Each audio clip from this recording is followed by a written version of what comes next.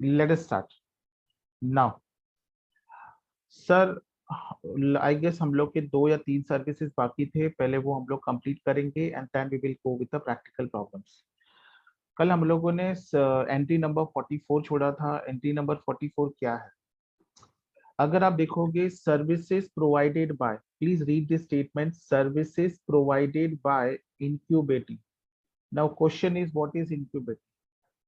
आप इसको इंक्यूबेट भी बोल सकते हो। What is the meaning of incubate? अगर कोई भी सर्विसेज इंक्यूबेटिव प्रोवाइड कर रहा है या इंक्यूबेट प्रोवाइड कर रहा है तो एग्जेम्पशन मिलेगा, बट उसके लिए भी कंडीशन है। बट सबसे पहले हमें ये देखना पड़ेगा सर इंक्यूबेट होता क्या है, इंक्यूबेटिव होता क्या है। देखो उन्होंने यहाँ पे मीनिंग दिया हुआ है, उन्होंने बोला है सी इंक्यूबेटिव मीन्स वो एंटरप्रेन्योर होता है जो located within the premises of IT business incubator. Incubative वो एंटरप्रेन्योर होता है जो कहाँ पे अपना बिजनेस सेटअप करता है, जिसके बिजनेस का सेटअप टेक्नोलॉजी बिजनेस इंक्यूबेटर में होता है। कहाँ पे होता है? टेक्नोलॉजी बिजनेस इंक्यूबेटर में होता है, या science and technology entrepreneurship park में होता है। आप बोलोगे sir what do you mean by TBI and what do you mean by step? बेटा टीबीआई ये शॉर्ट फॉर्म्स है। टीबीआई का मतलब है technology business incubator and step का मतलब है that is science and technology entrepreneurship park. अगर कोई भी इंक्यूबेटी का प्रीमाइसिस, बिजनेस प्रीमाइसिस या एंटरप्रेन्योर का बिजनेस प्रीमाइसिस टीबीआई या स्टेप के अंदर है, ठीक है, बट ये टीबीआई और ये स्टेप क्या होने चाहिए? रिकॉग्नाइज होने चाहिए। बेटा देखो क्वेश्चन में दिया है रिकॉग्नाइज होने चाहिए। रिकॉग्नाइज किसके थ्रू होने चाहिए? National science and technology entrepreneurship development board. बेटा सबसे पहले ये समझना है टीबीआई स्टेप क्या है। सर टीबीआई स्टेप ये एक बड़ा आईटी पार्क है, यहाँ पे सारे के सारे services related to IT provide किए जाते हैं। ये सारे के सारे services related to information technology provide किए जाते हैं, ठीक है।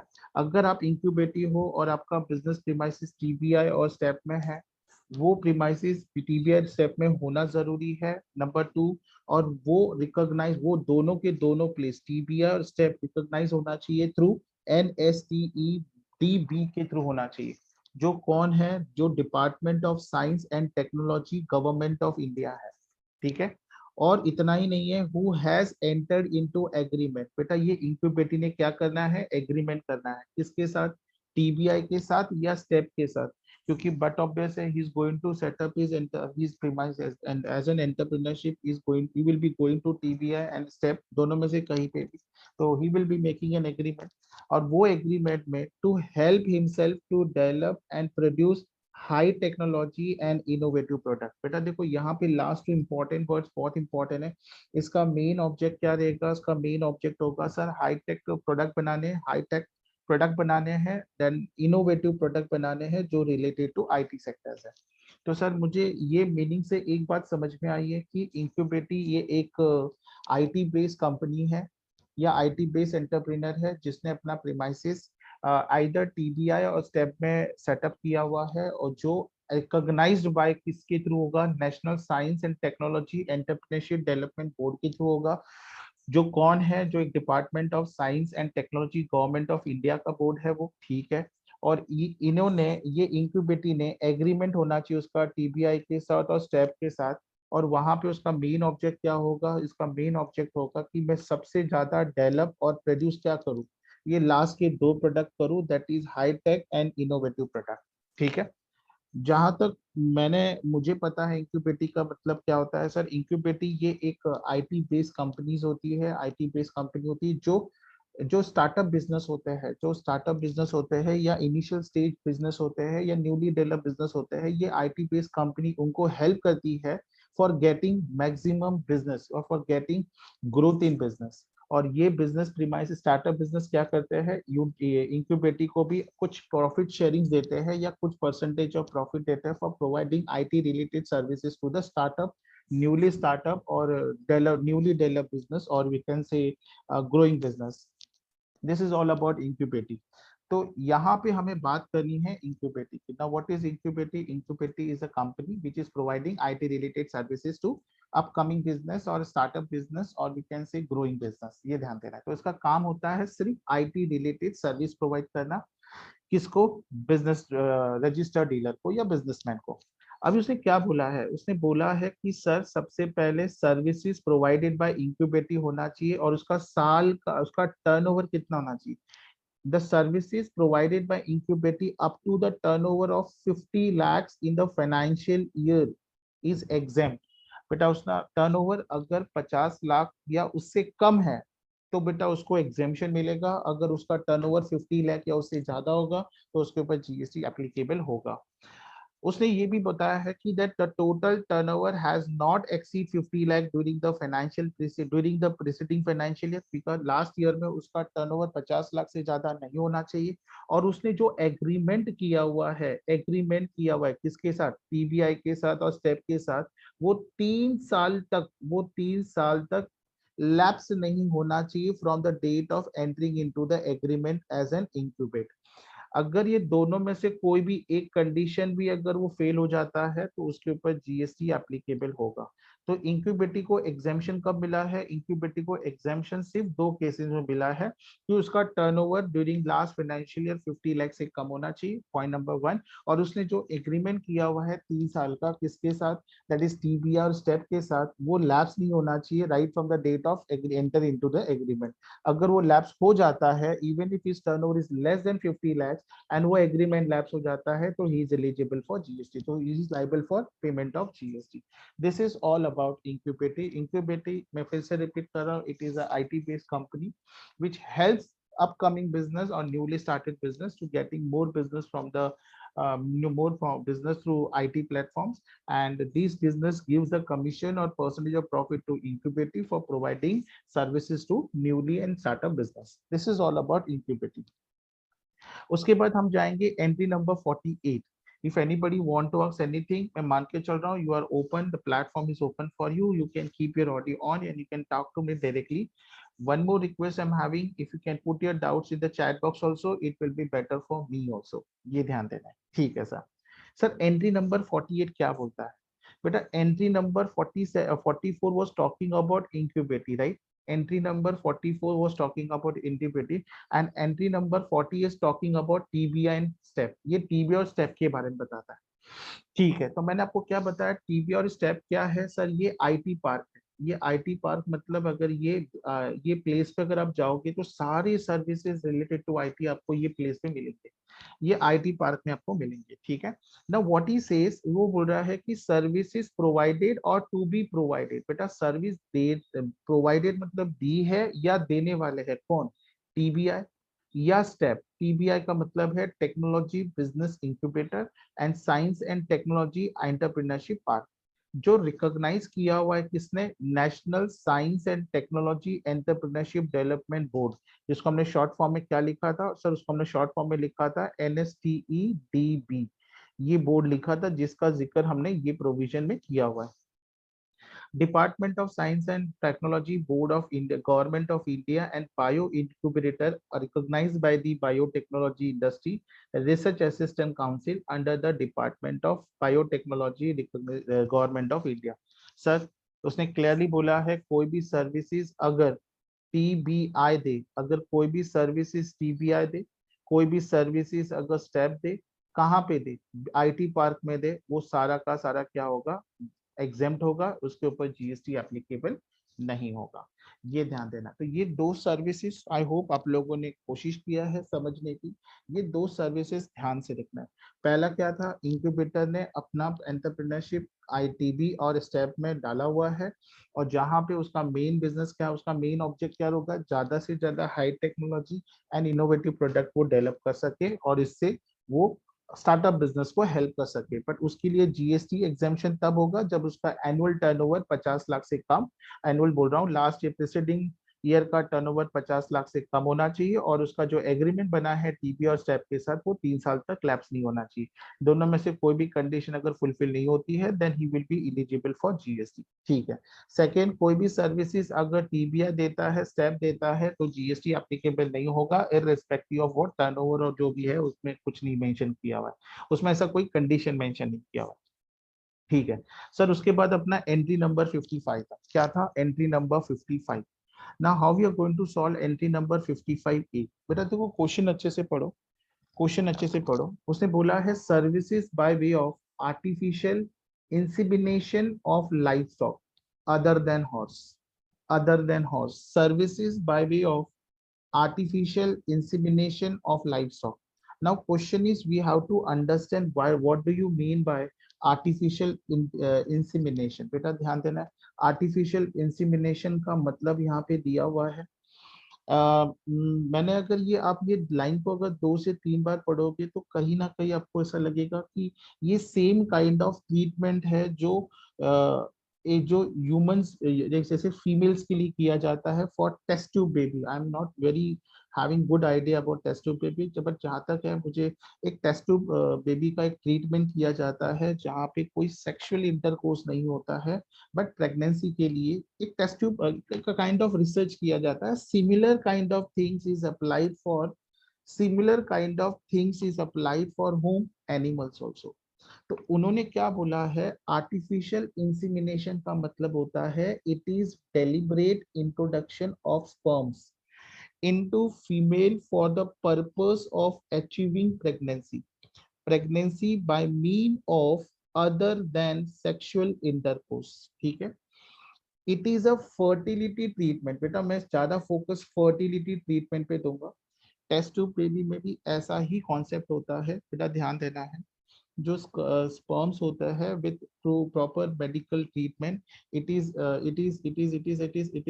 Relieved through test tubes without any sexual intercourse.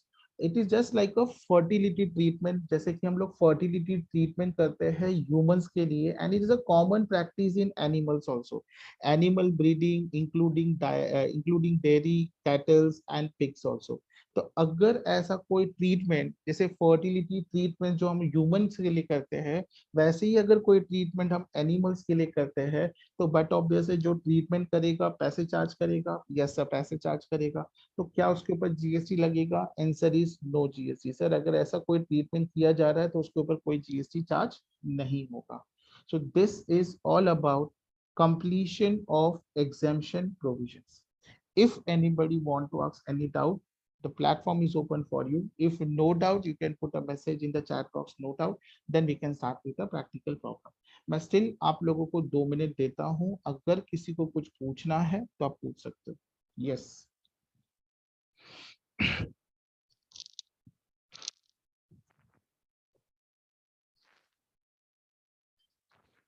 If anybody want to ask anything, and those who don't want to ask anything, they can put a message in the chat box, no doubt करके,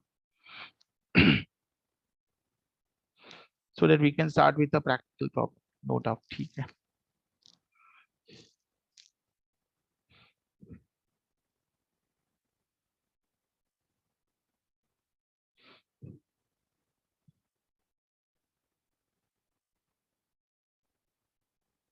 okay एक बच्चे ने बोला है sir IGST एग्जामेशन भी कुछ है। Okay okay okay okay ठीक है ठीक है ठीक है ठीक है। ये भी पेंडिंग था क्या? ठीक है। Sir IGST is exam. Now what is this? Service supplied by establishment of a person in India to any establishment of that person outside India. बेटा ध्यान देना है, मेरा एक बिजनेस प्रीमाइसिस है इंडिया में। बेटा अगर आपका कोई भी बिजनेस प्रीमाइसिस इंडिया में है उसको हम लोग बोलते हैं एस्टैब्लिशमेंट। जैसे कि फिक्स्ड एस्टैब्लिशमेंट, जैसे कि मान लो मेरी एक ऑफिस है कल्याण, तो मेरा फिक्स्ड एस्टैब्लिशमेंट कल्याण में है, इसको हम लोग बोलते हैं एस्टैब्लिशमेंट। Are you getting? बेटा ध्यान देना। If the service is supplied by establishment of person in India, sir Kalyan कहाँ पे आया? इंडिया में आया। मेरी और एक प्रीमाइसी बिजनेस सब्सिडरीज है यूएस में है। कहाँ पे है? यूएस में है। वहां पे भी मेरा बिजनेस वो मेरी बिजनेस सब्सिडरीज है। ठीक है सर, मेरी बिजनेस सब्सिडरीज है। कहाँ पे है? यूएस में है। यूएसए में अगर मैं मुंबई से या थाने से कोई सर्विसेज यूएसए के सब्सिडरी में दूं, अगर मैं मुंबई या थाने से कोई मेरे एस्टेब्लिशमेंट से यूएस के एस्टेब्लिशमेंट जो मेरी ही खुद की एस्टेब्लिशमेंट अगर मैं उसको दूं, तो ऐसे केस में वहां पे जीएसटी का एग्जेम्पशन नहीं मिलेगा। मैं बेटा रिपीट कर रहा हूँ, बेटा ध्यान देना है। बेटा डिस्टिंक्ट पर्सन का मतलब क्या होता है? डिस्टिंक्ट पर्सन का मतलब होता है जब आपकी एस्टैब्लिशमेंट दो डिफरेंट स्टेट्स में होती है, दो डिफरेंट कंट्रीज में होती है, उसको हम लोग डिस्टिंक्ट पर्सन बोलते हैं। इसके बारे में हम लोग सेक्शन अभी जब स्कोप ऑफ सप्लाई पढ़ेंगे, इसके बाद नेक्स्ट चैप्टर जो हम लोग रहेगा वो स्कोप ऑफ सप्लाई पढ़ेंगे। उसमें डिस्टिंक्ट पर्सन क्या होता है, vertical business, different vertical business क्या होता है ना, उसके बारे में हम लोग वहां पे हम लोग ये डिस्टिंक्ट पर्सन के बारे में पढ़ेंगे।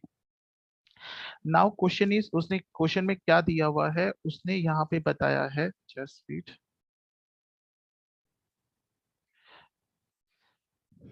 A services supplied by establishment of person in India. बेटा मेरा कोई एस्टैब्लिशमेंट इंडिया में है और मैं किसी एस्टैब्लिशमेंट ऑफ दैट पर्सन, देखो of that person outside India, उसी पर्सन का कोई एस्टैब्लिशमेंट इंडिया के बाहर है, which are treated as establishment of distinct person। ठीक है। Provided the place of supply of services is outside India. बेटा आप जिस एस्टेब्लिशमेंट में सर्विस दे रहे हो, सिर्फ ये ध्यान देना जिसको सर्विस दे रहे हो उसकी प्रीमाइसिस आउटसाइड इंडिया होनी चाहिए, क्योंकि हमारा जीएसटी क्या है, डेस्टिनेशन बेस्ड टैक्स है, तो यहाँ पे जीएसटी अप्लाई नहीं होगा, यहाँ पे आपको एक्सेम्पशन मिलेगा। इसके बारे में हम ज्यादा डिस्कशन करेंगे, don't worry. Scope of supply में रिलेटिव पर्सन कौन होते हैं, डिस्टिंक्ट पर्सन कौन होते हैं, एस्टैब्लिशमेंट ऑफ डिस्टिंक्ट पर्सन कौन होते हैं, दीज आर द वेरियस अलग अलग टर्म्स है, वो definitely in coming lectures we are going to discuss. yes, anybody want to ask anything, let me know, if no doubt we can go ahead with practical problem। और किसी को कुछ पूछना है?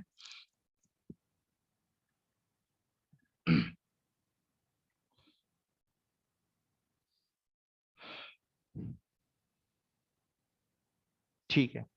So let us start with the practical question. Sir हमें अभी practical question कैसे solve करने हैं ये तो बरोबर है, इसमें ऑलरेडी दिया हुआ है प्रैक्टिकल क्वेश्चंस। हम लोगों ने कल कितने क्वेश्चन डिस्कस कर लिए थे, can you please help me out? कितने क्वेश्चन कल हमने डिस्कस कर लिए थे?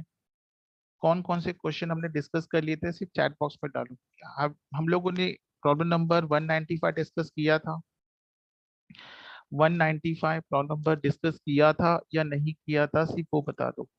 सो 195 196 वी हैव डन, ठीक है। 195 196 हम लोगों ने कर लिया था, ठीक है सर।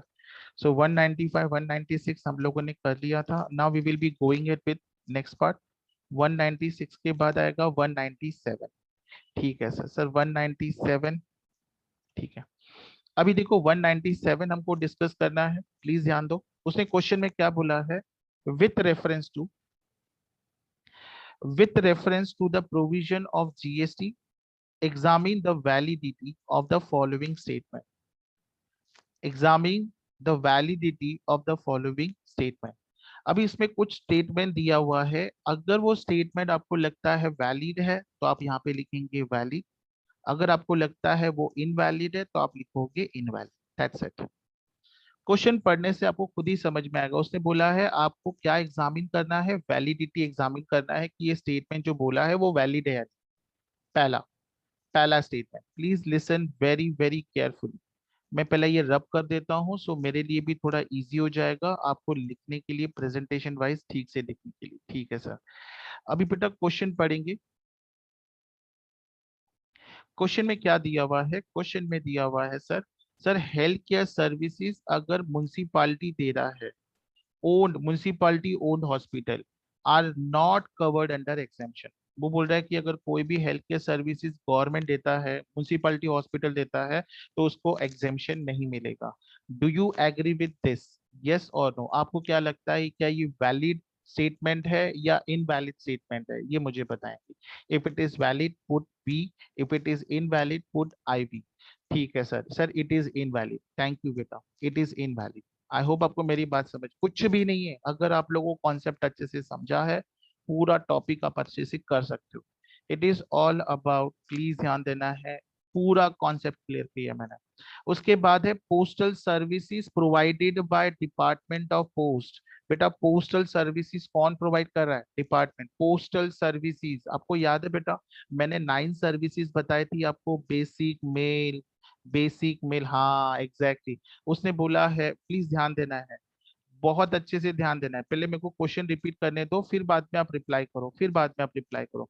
उसने बोला है postal services provided by department of post to the various state government are liable for GST. अगर पोस्ट ऑफिस पोस्टल सर्विसेज किसको दे रहा है? गवर्नमेंट को दे रहा है, तो उस पर जीएसटी लगेगा। तो आपके हिसाब से ये स्टेटमेंट वैलिड है या इनवैलिड है? पोस्ट ऑफिस कोई भी सर्विसेज गवर्नमेंट को देता है तो क्या जीएसटी लगता है? आंसर इज नो सर, ये इनवैलिड है, ये इनवैलिड है, प्लीज ध्यान देना, इनवैलिड। ठीक है, अभी ध्यान देना है, सर्विसेज प्रोवाइडेड टू, अगर हम services reserve bank of India को देते हैं या रिजर्व बैंक ऑफ इंडिया से लेते हैं, उसको पूरा का पूरा एग्जाम किया गया है, पूरा का पूरा एग्जाम किया गया है। अगर आपको याद होगा आरबीआई में दो पार्ट थे, आरबीआई में दो पार्ट थे, अगर आरबीआई सर्विस दे रहा है, गिविंग, यहाँ पे गिविंग था और यहाँ पे टेकन था, और यहाँ पे भी दो कॉन्सेप्ट था इफ यू रिमेम्बर, अगर taken services related to forex होगा और अदर रहेगा, तो यहाँ पे जीएसटी नहीं लगेगा, यहाँ पे जीएसटी नहीं लगेगा, बट कोई और सर्विसेज वो ले रहा है अदर देन फॉरेक्स तो जीएसटी लगेगा। ये मैंने आपको टेबल बना के समझाया था, स्टिल रिमेम्बर। अभी ये स्टेटमेंट पढ़ो और मुझे बताओ कि ये वैलिड है या इनवैलिड है, बोलो बेटा। इनवैलिड है, वेरी वेरी गुड सर, ये इनवैलिड है, क्योंकि सर इसमें क्लियरली मेंशन किया है एग्जेम्पशन, मतलब जो भी सर्विसेज लेगा देगा एग्जेम्प्ट, ऐसा है क्या? Answer is no sir, there are some services which is taken by RBI but it should be other than forex, it should be other than forex, तो एग्जेम्पशन है। ठीक है सर। सर अभी नेक्स्ट पार्ट पढ़ रहे हैं, pisciculture. Pisciculture that is breeding of fish is liable, is not liable to GST. बेटा अगर मान लो अब फिशी कल्चर्स कर रहे हो, fishy culture is not liable for GST as same is covered under exemption, इसके ऊपर जीएसटी नहीं लगेगा। अकॉर्डिंग टू ये वैलिड है या इनवैलिड है? अकॉर्डिंग टू ये वैलिड है, वेरी गुड सर, ये पहला स्टेटमेंट है जो वैलिड है जिसपे जीएसटी नहीं लगता है, क्योंकि ये सर हम लोगों ने एग्रीकल्चर एक्टिविटी में किया था, services related to agriculture and agriculture produce, अगर आपको याद होगा, अगर आपको याद होगा, एंड फिशी कल्चर रियरिंग में आता है, ध्यान देना है। ठीक है सर, आगे बढ़ेंगे हम लोग, आगे बढ़ेंगे सर। उसके बाद 198 है, 198 स्टेट वेदर, सारे बच्चे ईमानदारी से आंसर बताएंगे, ध्यान देना है। State whether the following services are taxable और नॉट, टैक्सेबल है या नहीं है वो हमें बताना है। मुझे बताओ, speed post services post office provided by post office to Delhi government, is it taxable और नॉट? इज इट टैक्सेबल और not? If it is taxable right T, if it is taxable write T, and if it is not, yes no भी लिखा तो भी चलेगा, yes no लिखा तो भी चलेगा। Delhi government, very very good sir, no no no no no, government को दे रहा है नहीं, बट नॉन गवर्नमेंट होता तो, प्राइवेट कंपनी को होता तो, प्राइवेट कंपनी को होता तो, बोलो बेटा प्राइवेट कंपनी को होता तो जीएसटी लगता, यस जीएसटी लगता, very good. Express parcel post provided by post office to Rajasthan limited, GST लगेगा या नहीं लगेगा? जीएसटी यस लगेगा sir, very very good. Services provided to RBI, services RBI को दिया other than forex management, GST लगेगा या नहीं लगेगा? जीएसटी लगेगा नहीं लगेगा? यस। तो हमें यहाँ पे लिखना क्या है? नॉन टैक्सेबल, लिखते वक्त लिखना है नॉन टैक्सेबल, अगर यस होगा तो टैक्सेबल, नॉन टैक्सेबल टैक्सेबल, ध्यान देना है। Services provided bye Delhi metro, metro metro metro corporation for transportation of passenger, GST applicable है? जीएसटी एप्लीकेबल है? लगेगा नहीं लगेगा? वेरी नाइस बेटा, नहीं लगेगा, वेरी वेरी गुड, मेट्रो पे नहीं लगता है, मेट्रो पे नहीं लगता है, ध्यान देना है, वेरी वेरी इंपॉर्टेंट। उसके बाद services provided by Indian railway for transportation of passenger in first class AC, GST लगेगा या नहीं लगेगा? सर लगेगा, लगेगा। Services provided in non taxable territory, sir अगर मैं नॉन टैक्सेबल टेरिटरी में सर्विसेज तो जीएसटी लगेगा? नहीं लगेगा, वेरी नाइस। देखो सारे आंसर्स मेरे हिसाब से आप करेक्ट बता रहे हो, मुझे यहाँ पे नहीं पता, देखो यहाँ पे आंसर मैच हो रहे हैं, हाँ हाँ हाँ हाँ हाँ सर आंसर मैच हो रहे हैं। अभी बेटा देखो ऐसे क्वेश्चंस आपको एग्जाम्स में आ सकते हैं, ऐसे क्वेश्चन, बट यहाँ पे एग्जाम्पल सिर्फ 4 एग्जाम्पल्स दिए, आप लोग को एग्जाम में अगर 15 मार्क्स का क्वेश्चन आता है तो 13 एग्जाम्पल्स होगा और जीएसटी कैलकुलेट करने के लिए 2 मार्क्स होगा, ऐसे करके 15 मार्क्स होगा, जिसे ऐसे करके 15 मार्क्स का होता है, ध्यान देना है। चलो late us start now. Yes sir, हम स्टार्ट करेंगे। अभी ध्यान देना है बेटा, बहुत अच्छे से ध्यान देना है। उसने बोला है JSJ Charitable Trust registered under Section 12AA of Income Tax Act and also registered person under GST law। ठीक है बेटा, वो इनकम टैक्स एक्ट में, बेटा वो रजिस्टर्ड कहाँ पे है, सेक्शन 12AA में। इसका मतलब सर ये चैरिटेबल ट्रस्ट है, और बेटा उसने अपने आप को जीएसटी में भी रजिस्ट्रेशन करवाया है, और ये फॉलोइंग सर्विसेज दे रहा है अक्टूबर में। अभी बेटा ध्यान देना है, services by way of training and coaching, बेटा ये सिखाने का काम करता है, जो रिक्रिएशनल एक्टिविटी में आता है। मैंने आपको बताया था रिक्रिएशनल एक्टिविटी का मतलब क्या होता है। रिक्रिएशनल एक्टिविटी का मतलब होता है fun and enjoyment. Fun and enjoyment, enjoyment के लिए हम लोग फन के लिए करते हैं। Training and coaching related to sports, GST लगेगा या नहीं लगेगा। बेटा ये सिखाने का काम कर रहा है, ध्यान देना। तो जीएसटी लगेगा नहीं लगेगा सर, नॉन टैक्सेबल नहीं लगेगा। इसमें हम लोगों ने देखा था, अगर आपको याद होगा, कल्चरल अगर सिखाने का काम करो, कल्चरल रिक्रिएशनल एक्टिविटी, और मैंने वहां पे बताया भी था रिक्रिएशनल मतलब फॉर फन और एंजॉयमेंट। अगर हम सिखाने का काम करते तो जीएसटी नहीं लगेगा, और उसमें क्रिकेट भी इंक्लूड था। Fees for organising yoga camp and other fitness camp, बेटा अदर फिटनेस कैंप मैंने फीस चार्ज की, किससे फीस चार्ज की, organising camp and fitness camp के लिए। और ये ऑर्गेनाइज कौन कर रहा है सर, ये ऑर्गेनाइज कर रहा है चैरिटेबल ट्रस्ट। मुझे बताओ क्या इस पे जीएसटी लगना चाहिए या नहीं लगना चाहिए। यस बेटा, वेटिंग फॉर, नहीं लगना चाहिए पक्का। आपको नहीं लगता ये कमर्शियल एक्टिविटी है, कमर्शियल एक्टिविटी नहीं सर, वो ट्रस्ट कर रहा है, तो कमर्शियल एक्टिविटी नहीं होगा, नो जीएसटी। ठीक है। Organising fitness camp like reiki, मैंने आपको बताया था हेल्थ केयर सर्विसेज में रेकी। रेकी क्या है, reiki just like a palm services. देखो पाम को प्रेस करते हैं हम लोग, हीलिंग, पाम हीलिंग थेरेपी होता है ये। और यहाँ पे इसको मेडिकल साइंस नहीं मानता है, मेडिकल साइंस नहीं मानता है, ध्यान देना है। एरोबिक है and receive donation from the participants. Organize fitness camp in Reiki, organize fitness camp in Reiki and receive donation from the participant। Sir donation मिला हुआ है, डोनेशन मिला हुआ है, डोनेशन मिला हुआ है। सर यहाँ पे नॉन टैक्सेबल क्यों लग रहा है आप लोगों को। मुझे ऐसा लगता है सर ये टैक्सेबल होना चाहिए, मेरे हिसाब से ये टैक्सेबल होना चाहिए। नॉन टैक्सेबल क्यों लग रहा है, क्योंकि reiki is not health care services, medical science नहीं मान रहा है, ये ध्यान देना है। उसने बोला है, बेटा मैं स्क्रीन को थोड़ा बड़ा कर रहा हूँ, please read the question properly,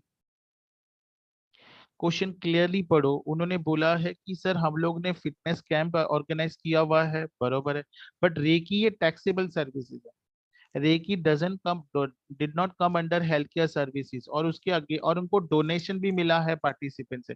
मेरे हिसाब से ये टैक्सेबल होना चाहिए, but still we will see whether it is non taxable. Sir but donation मिला है, डोनेशन यस वो भी इंपॉर्टेंट है। पर ऐसा भी तो हो सकता है कि स्पॉन्सरशिप हो सकता है, पॉसिबली। बेटा स्पॉन्सरशिप में हमको कहाँ से जेब से खर्चा करना पड़ता है, कहाँ से जेब से खर्चा करना पड़ता है। विल सी क्या है, विल सी क्या है। Organising fitness camp in reiki aerobic and fitness donation, देखते हैं हम लोग क्या है। मेरा एक ही डाउट है कि रेकी हेल्थ केयर सर्विसेज में नहीं आता है। अगर रेकी और एरोबिक नहीं होता तो मैं खुद ही इसको एग्जाम कर देता, मैं खुद ही इसको एग्जाम कर देता हूँ, but I doubt reiki, reiki है, देखते विल सी क्या है नीचे। मेरे हिसाब से नॉन टैक्सेबल होना चाहिए। उसके बाद सर्विसेज ऑफ पब्लिक लाइब्रेरी, ओहो पब्लिक लाइब्रेरी एग्जाम, बेटा public library by way of landing of books publication और any other knowledge enhancing content और मटेरियल, बेटा एग्जाम्प्ट हो जाएगा। तो मेरे हिसाब से एक टैक्सेबल आ रहा है, वी विल सी। बेटा अगर आपको याद होगा रेकी, हाँ आप लोग को ना इसी तरह से कैलकुलेशन करना है सर, जीएसटी का भी कंप्यूटेशन करना है। क्वेश्चन में एक्सप्लेनेशन भी दिया हुआ है, आप लोग को एग्जाम में एक्सप्लेनेशन लिखने का जरूरत नहीं है। हाँ देखो यहाँ पे दिया हुआ है, और उसने क्लियरली क्वेश्चन में दिया है covered under health care services, ठीक है। दिस इज नॉट एग्जाम, और covered under health care, health and fitness services, and this is not exam services, ठीक है। उसने बोला है कि recce and aerobic health care services में आता है, बट मेडिकल साइंसेस को नहीं मानता है। हम लोगों ने ये हेल्थ केयर सर्विसेज में किया हुआ है, हेल्थ केयर सर्विस में किया है। और बेटा जब आप प्रैक्टिकल प्रॉब्लम सॉल्व करोगे तो आपको सॉल्व करते वक्त क्या करना है, एक पर्टिकुलर कॉलम बनाना है, वैल्यू कॉलम बनाना है, पूरा पर्टिकुलर एज इट इज लिखना है, टैक्सेबल है तो, नॉन टैक्सेबल है तो डैश करो या नील लिखो, और जो टैक्सेबल है उसका अमाउंट लिखो। अब ये चार में से सिर्फ एक ही टैक्सेबल है, तो what is your value of services? Sir हमारा वैल्यू ऑफ सर्विसेज है 2,25,000। जीएसटी कितना परसेंट है? 18% है। बट ऑब्वियस है बेटा, चैरिटेबल ट्रस्ट अगर मान लो कल्याण में होगा तो आसपास की जो भी लोग होंगे जो सर्विसेज अवेल करेंगे वो within the state of Maharashtra, I mean to say Thane district या कल्याण सिटीज के ही लोग होंगे। इसके लिए यहाँ पे 2,25,000 का 9%, यहाँ पे 20,250, 9% 20,250, और मेरा टोटल जीएसटी पेबल कितना आएगा? 40,500 आएगा टोटल जीएसटी पेबल, ध्यान देना है। ठीक है सर। सर हम लोग आगे जाएंगे सर, फुटबॉल मैच का आई गेस हम लोग को, हाँ ये वाला करेंगे हम लोग। क्वेश्चन नंबर 201, क्वेश्चन नंबर 201, मुझे बताओ fees charge for yoga camp conducted by charitable trust. बेटा फीस चार्ज किया था योगा कैंप कंडक्ट करने के लिए। अभी देखो योगा कैंप है, ठीक है, अभी यहाँ पे रेकी नहीं है तो मैं बोल सकता हूँ कि ये एग्जाम्प्ट है, क्योंकि चैरिटेबल ट्रस्ट ने किया हुआ है organise, but reiki is not exempt, ध्यान देना है। Reiki is not covered under health care services. Health care service provide जरूर कर रहे हैं बट रेकी को उन्होंने टैक्सेबल करके रखा है। This is what we have seen in case of health care services. अगर कोई भी अमाउंट चार्ज किया है बिजनेस करस्पॉन्डेंट से, जो सर्विस, बिजनेस करस्पॉन्डेंट याद है बेटा, गांव की बैंक होनी चाहिए, गांव में बैंक है,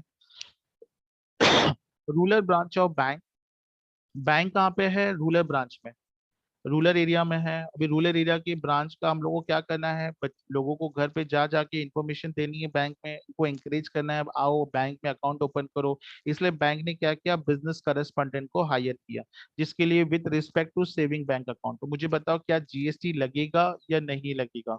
वेदर जीएसटी इज एप्लीकेबल और नॉट? सर नहीं एप्लीकेबल है, वेरी गुड।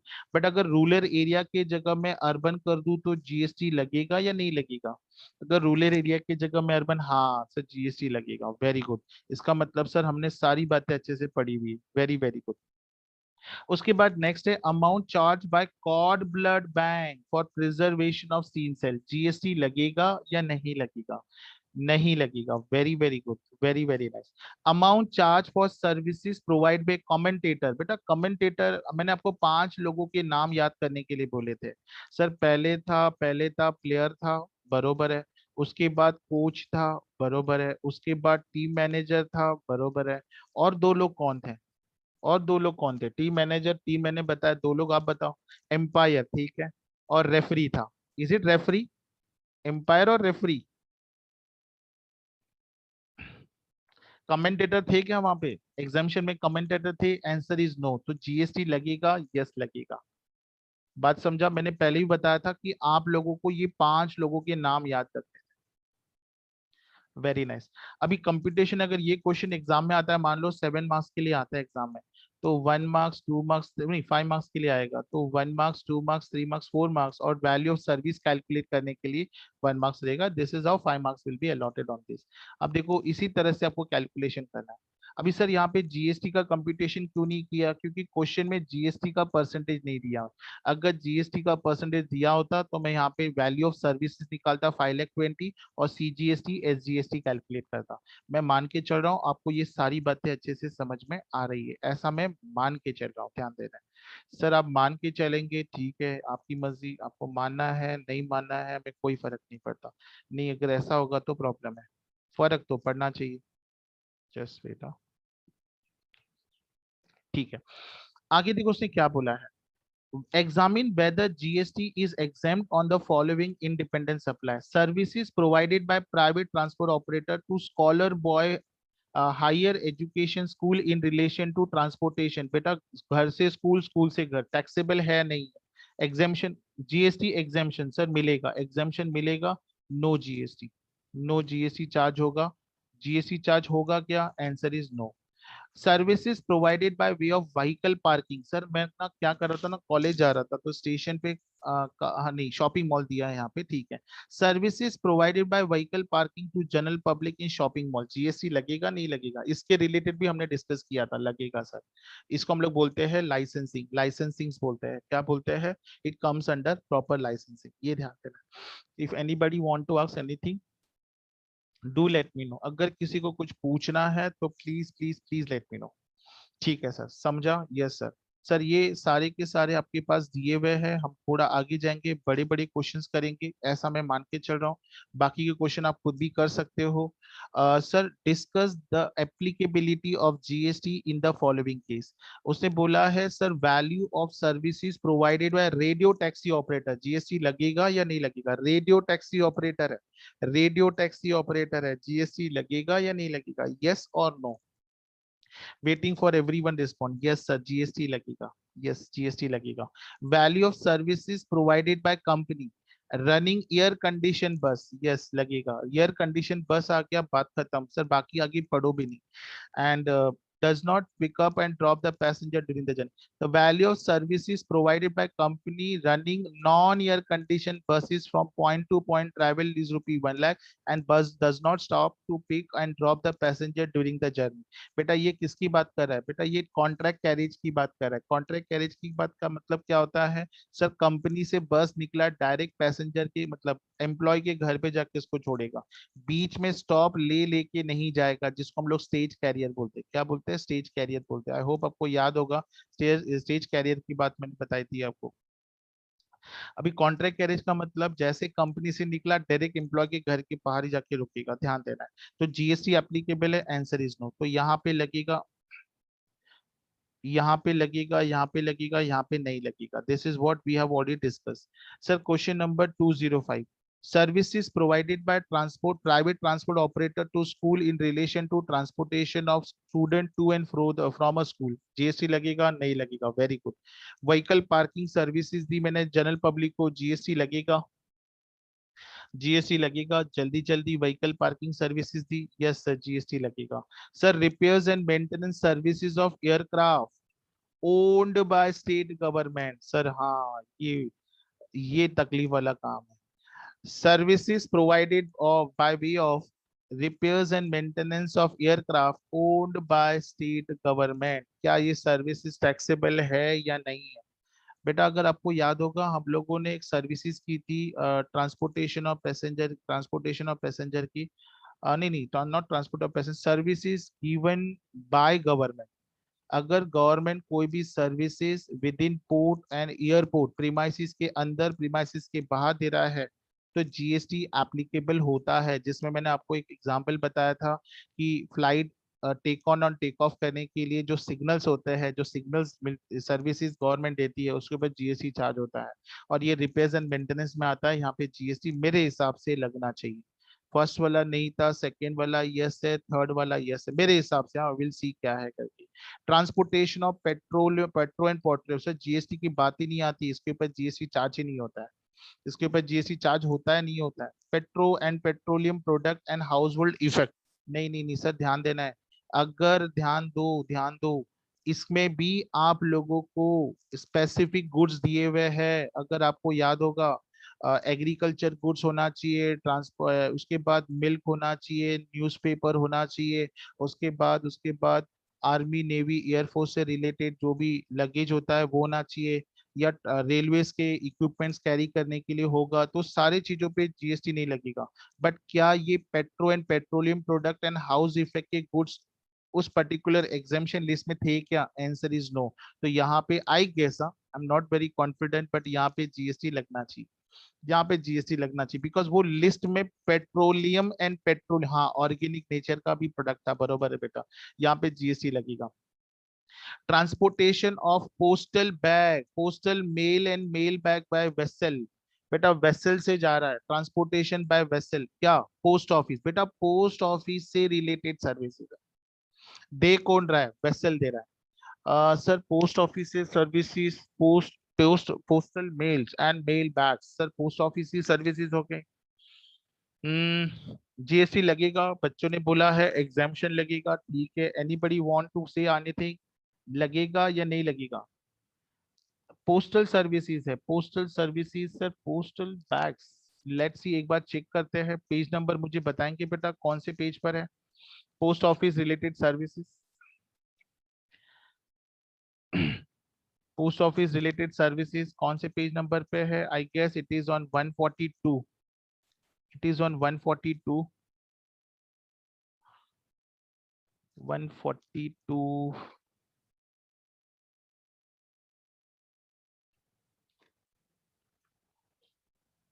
just wait.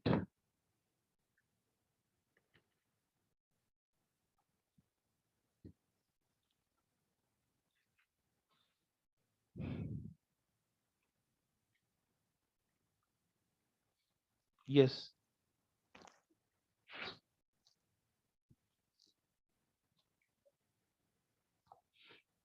देखो उसने क्या बोला है, अगर कोई भी services in relation to vessel होगी तो जीएसटी लगेगा। ए बी सी, देखो बेटा यहाँ पे ए में क्या आता है, ए में आता है पोस्ट ऑफिस से, अगर डिपार्टमेंट ऑफ पोस्ट दे रहा है इस पे जीएसटी लगेगा, इस पे जीएसटी लगेगा, इस पे जीएसटी, इस पे जीएसटी लगेगा, ठीक है।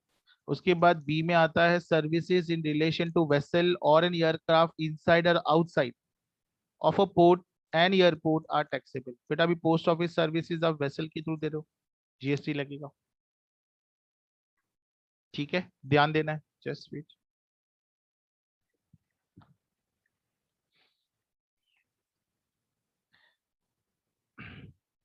सर जीएसटी एप्लीकेबल है। चेक फर्स्ट, फर्स्ट बरोबर है, नहीं फर्स्ट हाँ बरोबर है, सेकंड सेकंड, ठीक है ठीक है ठीक है ठीक है, बस सर बाकी के इस पे देखो टैक्स लगा हुआ है, जीएसटी लगा हुआ है। देखो एग्जाम में आपको ऐसे क्वेश्चन आए, एग्जाम में इस तरह की क्वेश्चन आए, और वो भी आपको बताना है ये टैक्सेबल है नहीं। बेटा ये क्वेश्चन को मैं आपको सॉल्व करके देता हूँ इफ पॉसिबल, तो आपको भी एक आइडिया मिलेगा एग्जाम में अगर क्वेश्चन ऐसे आता है तो हमको किस तरह से सॉल्व करना है। सर 206 बोल रहा है, a branch of post office in Delhi providing the following services to the person other than government. बेटा ये गवर्नमेंट को नहीं दे रहा है, और ये सर्विसेज मार्च को है, and all charges are exclusive of GST. Basic mail service exam, basic mail services क्या है, एग्जाम्प्ट है और लाइबल फॉर जीएसटी। आप लोग बताएंगे, नहीं तो मैं सारी बातें बताऊंगा तो मतलब नहीं बनेगा, कुछ भी मतलब नहीं बनेगा। मुझे बताओ transfer of money through money order GST लगेगा, नहीं लगेगा, very good. Postal life insurance, नहीं नहीं not postal life insurance, operation of saving account GST लगेगा, नहीं लगेगा। Life insurance, life insurance, life insurance लगेगा, वेरी गुड। उसके बाद distribution of mutual fund, distribution of mutual fund लगेगा, very good. Issuance of postal, issuance of postal order नहीं लगेगा। ये नाइन बेसिक नाइन सर्विसेज में दिया हुआ है। Collection and telephone and electricity bill agency services GST लगेगा। पेंशन पेमेंट सर्विसेज नहीं लगेगा। पेंशन पेंशन पेमेंट सर्विसेज पे लगेगा, क्यों लगेगा, नहीं लगेगा पेंशन पेमेंट सर्विसेज पे। उसके बाद नेक्स्ट क्या है, speed post services, speed post services पे लगेगा, स्पीड पोस्ट सर्विसेज पे लगेगा। उसके बाद एक्सप्रेस पार्सल पोस्ट पे लगेगा। उसने बोला है compute the value of taxable supply for the month of March, उसने बोला है मार्च मंथ के सर्विसेज के लिए आपको क्या करना है, कैलकुलेट करना है। अभी बेटा जब भी आप लोग को ये प्रैक्टिकल क्वेश्चन एग्जाम्स में आता है तो you will write like this, computation of value of taxable services, और सारे के सारे 10 पॉइंट्स लिख, जो टैक्सेबल नहीं है उसको डैश या नील लिख दो, और जो टैक्सेबल है उसके अमाउंट लिख दो, उसके अमाउंट लिख दो। बेटा हमने कितने सर्विसेज टैक्सेबल किए, इट्स 1 2 3 एंड 4 एंड 5, तो 5 सर्विसेज टैक्सेबल है, हाँ सर। एंड में लास्ट में लिखना है जो अमाउंट आएगा उस अमाउंट के सामने लिखना है वैल्यू ऑफ सप्लाई। बेटा ये सिस्टमेटिकली सॉल्व करके दिया हुआ है। अगर anybody has any doubt any problem in this let me know, otherwise हम लोग आगे बढ़ेंगे।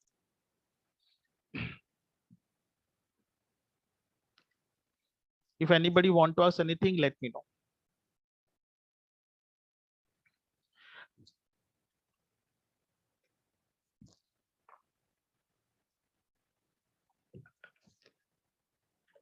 Yes yes yes yes yes.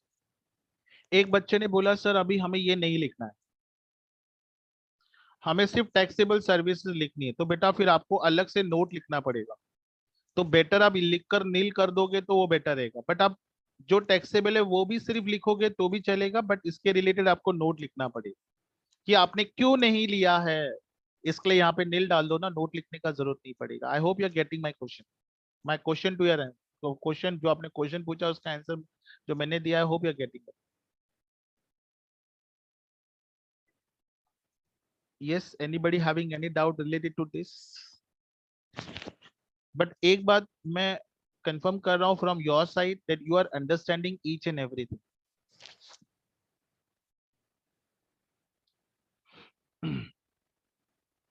उसके बाद next part is, what is my next part? GGC Trust is an entity registered in Religious Trust 12AA. Sir ये charitable trust है. Sir renting of room, renting of room 500 रुपए per day, GST लगेगा नहीं लगेगा?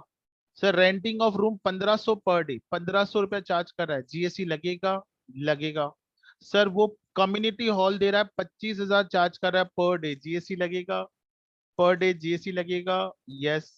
मुझे बताओ maximum amount कितना exemption है कम्युनिटी हॉल के लिए? एग्जाम्शन लिमिट क्या है? Very good. ठीक है. कल्याण मंडपन चार्जेस 5,000 पर डे, जीएसटी लगेगा? कल्याण मंडपन जीएसटी चार्ज जीएसटी चार्ज होगा या नहीं होगा? 5,000 रुपया पर डे है, नहीं होगा क्योंकि 10,000 का लिमिट है. सर शॉप दिया मैंने 15,000 रुपया पर मंथ चार्ज कर रहा हूं मैं, जीएसटी लगेगा? बोलो नलायको, यस लगेगा. कब नहीं लगेगा? कब नहीं लगेगा? बिलो 10,000. Very good sir. अगर वो 10,000 या उससे कम रहेगा तो नहीं लगेगा. Very good. Shop for business, बेटा जिसने बोला है renting of shop for business where charges are rupees कितना? 5,000 रुपया, जीएसटी लगेगा नहीं लगेगा? नहीं लगेगा. बात समझा?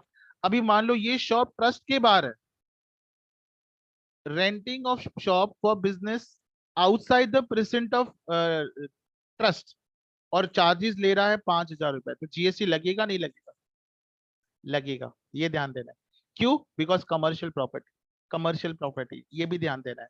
ये भी हम लोगों ने किया था. देखो बेटा क्या हम लोगों ने करेक्ट किया है. 9 लाख के ऊपर है, 10 लाख के ऊपर है, 7.5 लाख के ऊपर है. बरोबर. देखो this is how you are going to solve, this is how you are going to solve the problem. उसके बाद नेक्स्ट पार्ट क्या है सर? नेक्स्ट पार्ट बताएंगे. ठीक है सर.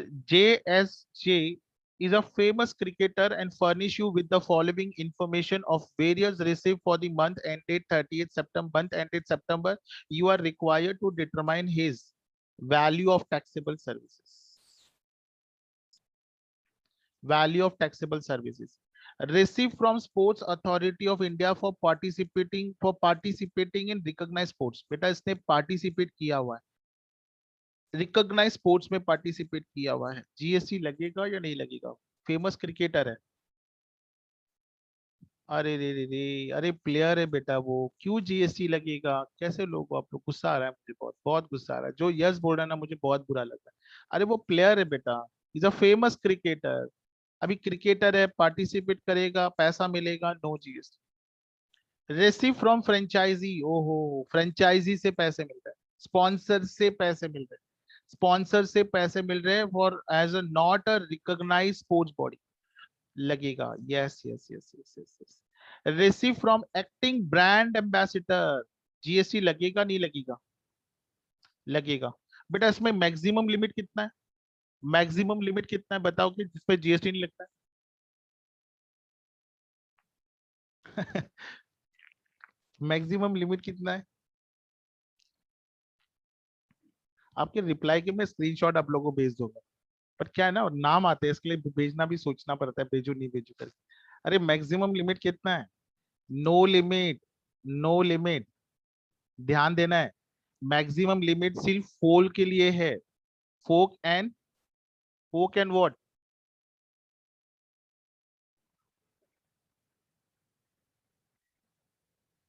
वो भी नहीं बताएंगे सर.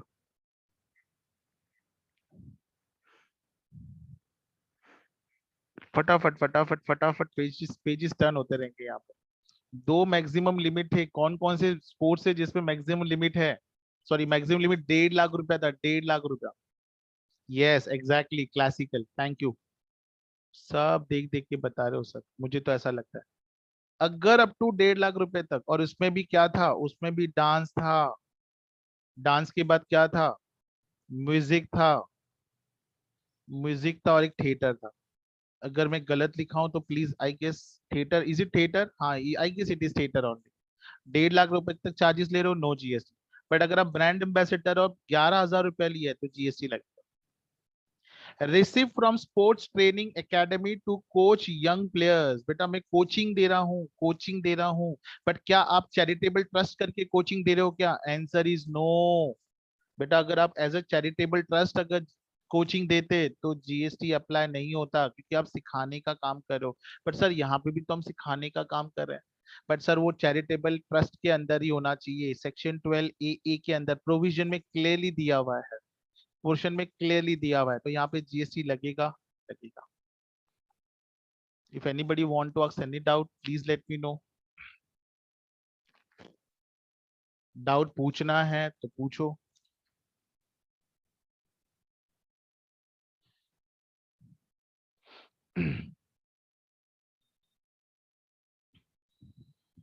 पूछो बेटा पूछो। सो मैं मान के चल रहा हूँ बेटा एग्जामिशन में आप लोगों को कोई प्रॉब्लम नहीं, एज ऑफ नाउ कोई प्रॉब्लम नहीं। अगर डाउट है तो पूछो। Hello sir. बोलिए बेटा। सर अगर क्वेश्चन में सिर्फ पोस्टल मेल या सिर्फ पोस्ट दिया होगा और कुछ स्पेसिफाई नहीं किया होगा कि एग्जाम स्पीड करेंगे। पोस्ट है क्या, तो एग्जाम्प्ट होगा। Okay. Basic basic mail exam है, पता है ना 9 सर्विसेज में। Yes sir. हाँ। Anyone else?